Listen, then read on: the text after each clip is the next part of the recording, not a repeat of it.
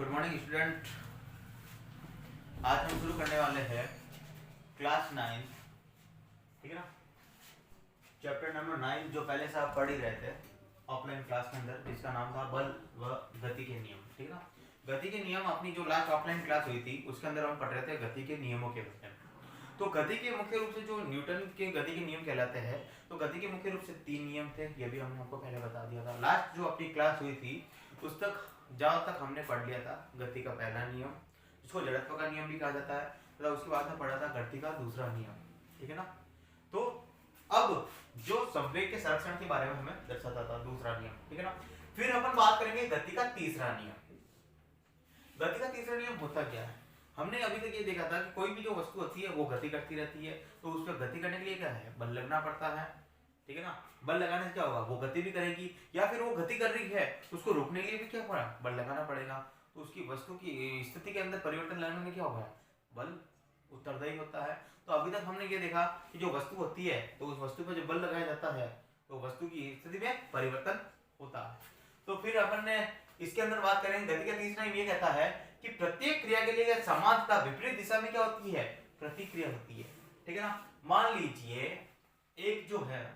वस्तु, ये जो वस्तु है उस वस्तु को यहां से इधर की ओर जाना है, ठीक है ना, इधर की ओर जाना है, तो एक और बल लगता है जो उसकी विपरीत दिशा की ओर लगता है, और वो बल का मान कितना होगा, जितना बल इधर होगा उतना ही बल क्या होगा, इधर होगा। मान लीजिए ये F1 है, F2 है, तो मैं ये कह सकता हूं कि F1 का जो मान होगा वो बराबर होगा माइनस F2 के। माइनस क्या हो गया, ये जो बल है वो इसके विपरीत दिशा में लग रहा है, तो माइनस हो गया। F2 क्या हो गया, मान लीजिए सॉरी ये हो गया, मान लीजिए F2, तो ये पॉजिटिव दिशा है, तो ये क्या होगा, इसकी बिल्कुल विपरीत दिशा हो गई। तो मैं कह सकता हूं कि गति का तीसरा नियम ये कहता है कि कोई भी वस्तु क्रिया कर रही है तो उसकी प्रत्येक क्रिया के समान ही उसके विपरीत दिशा में एक और प्रतिक्रिया होती है, ठीक है ना, जिसको आप क्रिया की प्रतिक्रिया भी कहा जा सकता है। उदाहरण के लिए दे सकते हैं, मान लीजिए एक बंदूक है, उस बंदूक से आपने गोली चलाई, तो गोली जितने वेग से आगे की ओर जाती है, जितना बल गोली को आगे की ओर जाने में लगता है, उतना ही जो बल होता है वो बंदूक पीछे की ओर धकेलती है। आपने कई बार ये चीज सुनी होगी। तो मैं क्या कह सकता हूं उदाहरण के तौर पर कि भाई बंदूक की गोली, ठीक है ना, बंदूक की गोली, या फिर एक नाविक होता है जो पतवार से नाव को चलाता है, तो जितनी नाव आगे बढ़ेगी उतना ही बल क्या होता है, पीछे की ओर लगाना पड़ता है पतवार से, तो ठीक है ना। तो नाव के ऊपर जो पतवार है, या कह सकते हो नाव की पतवार, उसके ऊपर भी क्रिया की प्रतिक्रिया होती है, ठीक है ना, एक्शन का रिएक्शन कहा जाता है। इसके अलावा रॉकेट जो छोड़ा आपने देखा हुआ है, जब रॉकेट ऊपर की ओर छूटता है, ठीक है ना, तब क्या होता है, जैसे ही वो ऊपर जाएगा तो नीचे क्या एक बल लगेगा, नीचे आग लगती है, तो उतना ही बल नीचे की ओर लगता है, वो आगे की ओर जाता है। तो रॉकेट के भी सब जो प्रेक्षित किया जाता है उसको उसके अंदर भी जाता है। इसके अलावा जो टॉप टैंक होते हैं, टैंक आपने देखा होगा कि कोई भी टैंक की जो नली होती है, ठीक है ना, मान लीजिए ये टैंक है, उस टैंक की नली से जैसे ही गोला दागा जाता है तो ये पीछे की ओर झटका मारती है, तो ये क्या कहलाती है कि क्रिया की प्रतिक्रिया। तो ये हो गया आपका गति का तीसरा नियम। ज्यादा डिटेल्स में इसके अंदर पूछा नहीं जाता है, तो मोस्टली आपको ये चीज ध्यान रखना कि जो नियम है न्यूटन की गति के, वो 3 प्रकार के नियम होते हैं। पहला गति का नियम कहता था, पहला गति का क्या नियम था, पहला गति का ये नियम था, जड़त्व का नियम कहलाता था कि कोई भी वस्तु है वो उसकी गतिज अवस्था में रहेगी तब तक जब तक कि उस पर कोई बाह्य बल कार्यरत ना हो, तथा उसके बाद में अपने ये देखा था कि कोई भी वस्तु है वो स्थिर अवस्था में रहेगी जब तक कि उस पर कोई बाह्य बल कार्यरत ना हो। तो क्या हो गया, फिर उसके बाद में अपन ने पढ़ा था गति का दूसरा नियम, ठीक है ना। गति के दूसरे नियम को लेकर हम आगे वापस पढ़ेंगे, जिसका नाम था संवेग संरक्षण को लेकर, ठीक है ना, उसी को देखते हुए चलेंगे। ये छोटा सा टॉपिक था। वापस मैं बात करता हूं गति के दूसरे नियम से। गति का जो दूसरा नियम अपन ने देखा था उसी के ऊपर बात करूंगा, ठीक है ना। दूसरा नियम ये कहता था कि मान लीजिए आपके पास में कोई संवेग है, ठीक है ना, किसी वस्तु का संवेग, तो किसी वस्तु का संवेग है ना, वो उसके आरोपित बल की क्या होती है, समानुपाती होती है। ये बात थी, यानी कि जो F था वो समानुपाती था, ठीक है ना, किसके, संवेग के, संवेग परिवर्तन की दर के। सबसे पहली बात तो ये संवेग होता क्या है। अगर मैं संवेग की बात करूं तो संवेग क्या होता है, अगर मैं इसको P से डिनोट करूं तो संवेग होता है किसी भी वस्तु का द्रव्यमान तथा उसके वेग के गुणन के बराबर होता है उसका संवेग। अब बात आती है संवेग परिवर्तन की दर, मैंने आपको बताई थी। संवेग में परिवर्तन का मतलब क्या हो गया, उसके द्रव्यमान में तो कभी परिवर्तन होगा नहीं, परंतु उसके वेग में तो परिवर्तन हो सकता है। तो इसका मतलब क्या हो गया, अगर किसी वस्तु के ऊपर वेग में परिवर्तन हो रहा है तो मैं ये कह सकता हूं कि एक तो होगा उसका प्रारंभिक वेग और एक होगा उसका अंतिम वेग। एक होगा प्रारंभिक वेग जिसको मैंने नाम दे दिया u और एक दूसरा दे दिया मैंने v, जैसा कि आपने ऑफलाइन क्लास के अंदर गति के दूसरे नियम में आपने देखा था। तो मैंने इसको बोला संवेग परिवर्तन की दर को क्या कैसे कह सकता हूं भाई, कि मैं ये कह सकता हूं कि p बराबर m v माइनस u बट्टा t। ये किया था अपन ने, तो ये क्या हो गया, ये जो कह रहा था अपना क्या है, ये तो हो गया वेग में परिवर्तन, वेग में परिवर्तन, और वेग में परिवर्तन के साथ साथ में क्या है उसका द्रव्यमान भी गुणन आ रहा, तो ये कहलाएगा मेरा संवेग में परिवर्तन की दर। ठीक है, अब एक चीज को ध्यान रखना, ठीक है ना,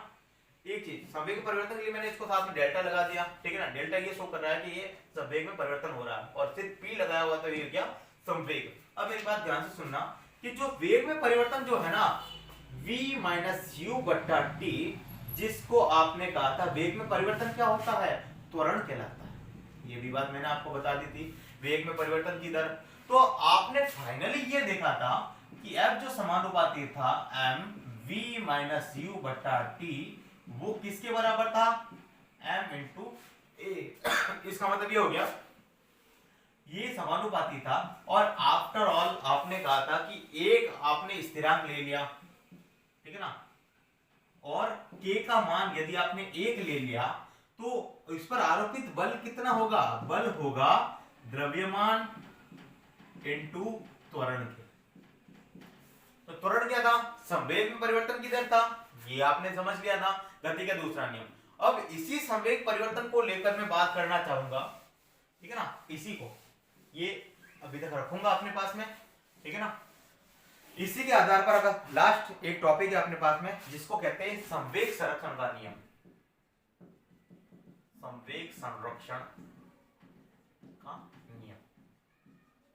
ये संवेग तो समझ गए, संवेग क्या होता है, किसी भी वस्तु जो होती है ना, उस वस्तु के द्रव्यमान तथा उस पर उसका जो वेग है उसके गुणन के बराबर होता है उसका संवेग, ठीक है ना। तो संवेग संरक्षण का नियम क्या कहता है कि यदि किसी पिंड पर बाह्य आरोपित बल, ठीक है ना, यदि किसी पिंड पर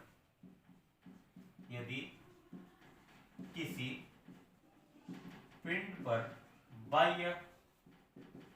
आरोपित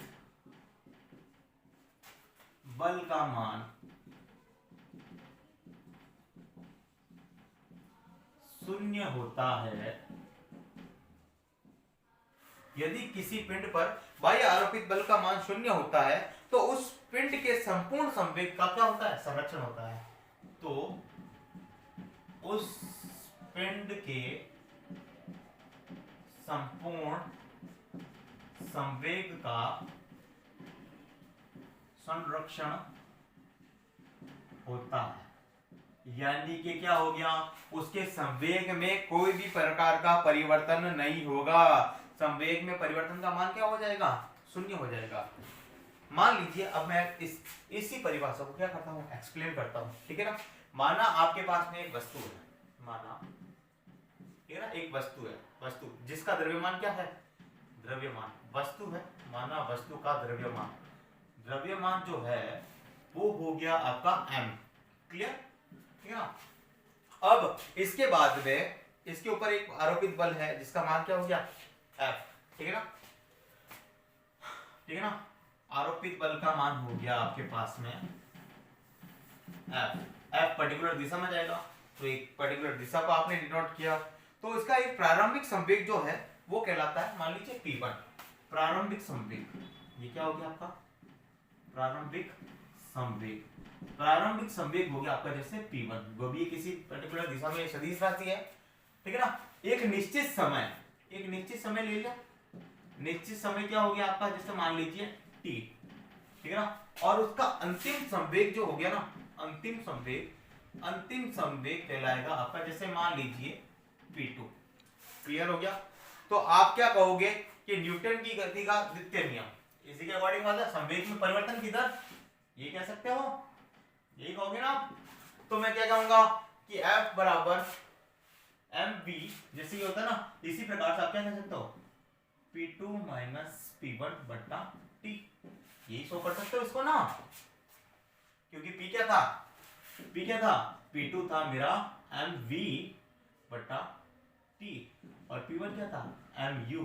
बटा T, इसी के अकॉर्डिंग तो बनाया था आपने। P2 माइनस P1 को करके क्या किया था, mv माइनस mu बटा T लिया था, तो आपने m कॉमन लेके क्या किया था, v माइनस u बटा T, ये किया था। इसी के अकॉर्डिंग आप ये कह सकते हो कि गति के दूसरे नियम से, गति के दूसरे नियम से, गति का दूसरा नियम क्या कहता है भाई, गति का दूसरा नियम कहता है कि F जो है वो समानुपाती है, समानुपाती था, समानुपाती क्या था, किसके था, P2 minus P1 divide by T। पर मैंने साथ में ये बोला था अगर आप एक स्थिरांक ले लेते हैं, मान लीजिए K, तो आपने क्या लिखा था, P2 minus P1 divide by T। अगर K का मान यदि मैंने 1 ले लिया तो मैं क्या कह सकता हूं, F बराबर P2 minus P1 divide T। अब संवेग संरक्षण का नियम क्या कह रहा है, संवेग संरक्षण का नियम कहता है कि यदि किसी पिंड पर बाह्य आरोपित बल का मान क्या हो गया, 0, तो मैं क्या कर देता हूं, इसी समीकरण के अंदर मैं मान ले देता हूं, यदि F का मान कितना ले लिया मैंने, 0 ले लिया, यदि F का मान मैंने 0 लिया तो इस इक्वेशन के अंदर क्या कैंसिल जाएगा, P2 minus P1 divided by T है ना, ठीक है ना, तो T को आपने विस्थापित कर दिया, ठीक है ना, राइट हैंड साइड से लेफ्ट हैंड साइड लिया तो क्या होगा, 0 होगा। तो मैं इसको ऐसे बना सकता हूं, जैसे P1 था उधर गया तो क्या पॉजिटिव हो गया, तो ये बन गया P1 बराबर P2। तो ये सिद्ध कर रहा है या नहीं कर रहा है, ये क्या सिद्ध कर रहा है कि भाई यदि आपके किसी पिंड पर बाह्य आरोपित बल का मान क्या हो गया, 0, तो बाह्य आरोपित बल मान का 0 होते क्या हो गया, उस पिंड के संपूर्ण संवेग का क्या होता है, संरक्षण होता है। इसका मतलब क्या हो गया, संवेग में परिवर्तन का मान कितना होगा, संवेग परिवर्तन तो होगा ही नहीं, अगर संवेग में परिवर्तन नहीं होगा तो संवेग परिवर्तन क्या हो गया, 0 होगा, संवेग में किसी भी प्रकार का कोई परिवर्तन नहीं होगा, बाद वाला संवेग तथा पहले वाला संवेग का मान क्या होगा, फिक्स होगा,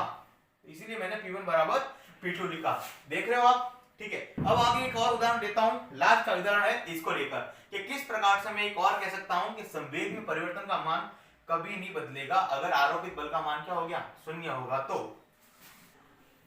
अब अपन देख रहे हैं एक और उदाहरण के लिए, ठीक है ना, मान लीजिए मेरे पास में 2 पिंड है, ठीक है ना, 2 पिंड है, ठीक है ना, एक बड़ा पिंड एक छोटा पिंड है। बड़ा वाला पिंड है इसका द्रव्यमान हो गया m1, छोटे वाले पिंड का द्रव्यमान क्या हो गया m2। मैं लिख देता हूं यहाँ पे एप्पल के लिए, ठीक है ना, जैसे A का द्रव्यमान वो हो गया मेरे पास में m1, B का द्रव्यमान क्या हो गया, B का द्रव्यमान हो गया मेरे पास में m2, ठीक है ना। छोटे अगर दिख नहीं रहे तो मैं आपको थोड़ा बड़ा लिख के बता देता हूँ, ठीक है ना, दिक्कत आ रही है तो, ठीक है ना। A का द्रव्यमान, सॉरी, A का द्रव्यमान ये हो गया मेरे पास में m1, B का द्रव्यमान कितना है, B का द्रव्यमान हो गया मेरे पास में m2। तो इसका मतलब क्या हो गया, अगर एक A द्रव्यमान की वस्तु, सॉरी A पिंड है जिसका द्रव्यमान m1 है, उसका जो प्रारंभिक वेग है, तो A का प्रारंभिक वेग क्या हो गया, A का प्रारंभिक वेग दिया हुआ है मेरे पास में u1, ओके, और B है जो छोटा वाला पिंड है उसका द्रव्यमान m2 है, वो किस वेग से जा रहा है, u2। तो मैं क्या कह सकता हूं, B का प्रारंभिक वेग क्या है, B का प्रारंभिक वेग है u2, ओके। इसी प्रकार से मैं यदि बोलूं कि A का अंतिम वेग, अंतिम वेग का मतलब क्या होगा, अंतिम वेग का मतलब ये होगा जब वस्तु आपस में टकराएगी, और टकराएगी कब, यानी कि जब A के पास में बल होगा F12 और B के पास में होगा F21, जो क्या कर रहे हैं, एक दूसरे के विपरीत लग रहे हैं, ठीक है ना। F12 इधर आ रहा है और F21 इधर से आ रहा है, दोनों आपस में आके टकराएंगे, और टकराने के बाद टकराने के बाद आप ये कहोगे वापस उसी दिशा के अंदर जाएगी, ठीक है ना, टकराने के बाद उसी दिशा में जाएगी। तो आप देखोगे कि टक्कर के पश्चात जैसे ही टक्कर हुई ना, टक्कर के बाद में दोनों के दोनों वापस उधर जा रहे हैं, तो टक्कर के बाद में ये जो वेग आएगा ना, ये क्या कहलाएगा, अंतिम वेग। तो क्या कह सकता हूं, एक का जो अंतिम वेग क्या होगा, एक का अंतिम वेग होगा v1 तथा b का अंतिम वेग क्या होगा, b का अंतिम वेग होगा, ठीक है ना, b का अंतिम वेग हो जाएगा अपना v2। क्लियर हो गया। अब आप देखते जाओ इसी के अकॉर्डिंग। तो अगर मैं ये बोलूं कि प्रारंभिक वेग तथा अंतिम वेग के अकॉर्डिंग वस्तु जो है या पिंड A में संवेग परिवर्तन की दर क्या होगी, संवेग परिवर्तन की दर क्या होगी, इसमें मैं ये कह सकता हूं कि m v1 माइनस u1 बट्टा t, समीकरण नंबर 1। क्लियर हो गया, m v1 माइनस u1 बट्टा t। इसी प्रकार से पिंड B में संवेग परिवर्तन की दर क्या होगी, संवेग परिवर्तन की दर उसमें होगी m v2 minus u2 divided by t, ये हो गया समीकरण 2। और हमें पता है A पर आरोपित बल कितना है, A पर आरोपित बल का मान हो गया F12 और B पर आरोपित बल कितना है, B पर आरोपित बल हो गया अपना F21। क्लियर हो गया, ठीक है ना, इस चीज को समझो। अब मैं ये कहना चाहूंगा कि भाई द्वितीय नियम क्या कहता है, तो न्यूटन का द्वितीय नियम, न्यूटन की गति का द्वितीय नियम क्या कहता है, द्वितीय नियम ये कहता है कि F जो है बराबर क्या होगा, m v, ठीक है ना, m v माइनस u बटा t। तो मैंने क्या बोला, समीकरण के अकॉर्डिंग देख लो, संवेग परिवर्तन की दर A के अकॉर्डिंग क्या बोलूंगा मैं, बल कितना लगता है F21, A पर क्या बोलूंगा, A पर लग गया F12, ठीक है ना, सॉरी हाँ, A12 बराबर m v1 माइनस u1 बट्टा t तथा B पर कितना लगेगा, B पर लगेगा F21 बराबर m v2 माइनस u2 बट्टा t, ठीक है ना। मान लीजिए ये दोनों मैंने ले लिए समीकरण नंबर कैसे भी ले लो, मान लीजिए इसको ले लिया मैंने 3 और इसको ले लिया मैंने 4। अब समझना गौर से, जैसे ही आपस में टकराए, ठीक है ना, टकराए, मैंने बोला दोनों अलग से आ गई, ठीक है ना, ठीक है ना, दोनों आपस में टकराए, टकराने के बाद क्या हुआ, जैसे ही टकराने के बाद क्या होगा, बराबर बल लगा, बराबर बल लगने के मतलब क्या होगा, दोनों विपरीत दिशा है। तो इसका मतलब मैंने क्या बोला कि जो A और B है ना, दोनों आपस में टकराते ही F12 जो होगा ना बराबर होगा, परंतु किसके विपरीत होगा, F2 के विपरीत होगा, बिल्कुल। तो मैंने माइनस ऋणात्मक चिन्ह लिया, क्या क्यों लिया, क्योंकि इसके बराबर तो है परंतु क्या है, विपरीत दिशा है। जैसे ही दिशा विपरीत हो गई तो एक धनात्मक हो गया, दूसरा ऋणात्मक हो गया। तो मान लीजिए इसको मैंने ले लिया समीकरण नंबर 4, ठीक है ना, सॉरी 5, ठीक है ना। तो मैंने अब क्या किया कि समीकरण 3 व 4 का मान 5 में रखने पर रख दो, क्या कहोगे आप, इसको रख दो। F12 का मान कितना है, m v1 minus u1 divided by t equals to minus m v2 minus u2 divided by t। Clear हो गया, क्लियर हो गया, ये हो गया LHS, ये हो गया RHS। सबसे पहली बात तो ये है, अगर आप इसको खोलोगे तो आप कह सकते हो m v1 minus m u1 बट्टा t बराबर, ये माइनस में ध्यान रख लेना, माइनस, जैसे कि आपके गणित वाले सर ने आपको पहले समझा रखा है, अगर बाहर वाले माइनस में आया हुआ है, अंदर वाले प्लस में है, तो जैसे ही आपस में मल्टीप्लाई होगा तो इसके चिन्ह क्या होगा, चेंज हो जाएगा। अगर बाहर लगा हुआ है तो कोष्टक के अंदर वाला जैसे ही खुलेगा वो क्या होंगे, पूरे के पूरे चिन्ह चेंज हो जाएंगे। तो कैसे होंगे, गुणा करो, माइनस का m का प्लस का v2 है तो प्लस माइनस क्या हो जाएगा, minus m v2 minus minus क्या हो गया प्लस, तो प्लस का mu2 बट्टा क्या हो गया t। सबसे पहली बात, ठीक है ना, अगर आपको इसको प्रॉपर नहीं दिख रहा है तो मैं वापस थोड़ा बड़ा लिख देता हूं, ठीक है स्टूडेंट्स, आपके लिए गौर से देखो। मैंने वापस लिखा m v1, सॉरी मैंने इसको खोला, इसको खोलते क्या किया m v1 minus m u1 बट्टा t, ये क्या हो गया माइनस का m v2 प्लस का m u2 बट्टा क्या हो गया t। सॉरी एक चीज का ध्यान रख लेना, मैंने m1 m2 लिख रखा ना, तो इस चीज को ध्यान रखना, ये क्या हो गया m1 हो गया, ये क्या हो गया m2 हो गया, तो साथ साथ में m1 और m2 लिखना भी, सॉरी भूल गया था, तो यहाँ देख लीजिए m2 m1 v1, ठीक है ना, और m1 u1 m2 v2 और m2 u2 साथ साथ में लिखते रहना। LHS और RHS के अंदर है, तो ये अगर उधर जाएगा तो माइनस में होगा, तो आप सीधा इसको इस t से आप इस t को हटा सकते हो। क्लियर हो गया, LHS टू RHS, अगर ये इधर को लेके जाऊंगा तो ये क्या होगा आपस में, ये बट्टे में है, ऊपर जाते क्या होगा वापिस गुणे में होगा, तो क्या कर सकते हो इसको इसको आपस में काट सकते हो। अब आपके पास में पद क्या बचा, अब आपके पास में पद बचा m v1 minus m1 u1 बराबर minus m2 v2 plus m2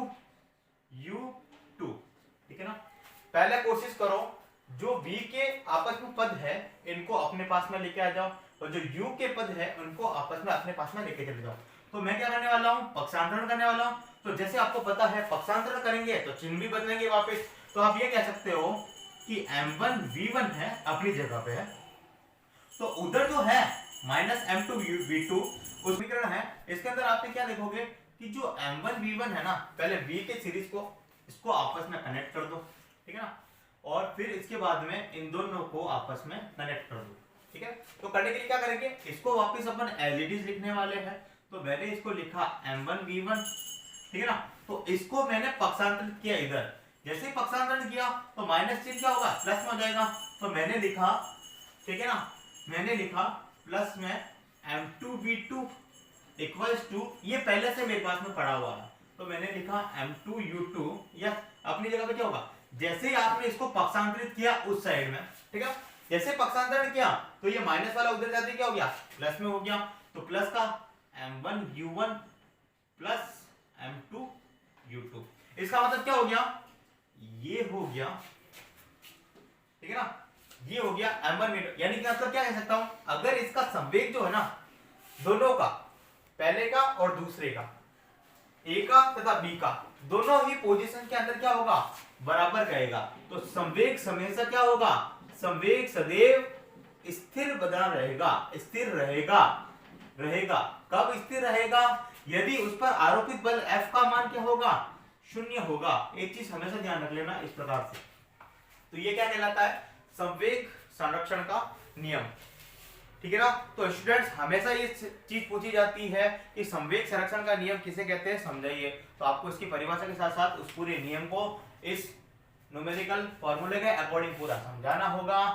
ठीक है ना। इस चैप्टर के अंदर आपके थ्योरी पोर्शन पूरा हो चुका है, लगभग चैप्टर हो चुका है। अगला जो वीडियो बनेगा उसके अंदर आपको कुछ न्यूमेरिकल बताए जाएंगे, किस प्रकार से फॉर्मूला लगाते हैं, किस प्रकार से फॉर्मूला लगा के उस क्वेश्चन को पुट अप किया जाता है, और कुछ न्यूमेरिकल के बाद में कुछ न्यूमेरिकल आपको कुछ ही एग्जांपल बताऊंगा ताकि आपको बाकी के क्वेश्चन आपको करने हैं। ये चैप्टर खत्म होने वाला है अगले वीडियो में। ओके।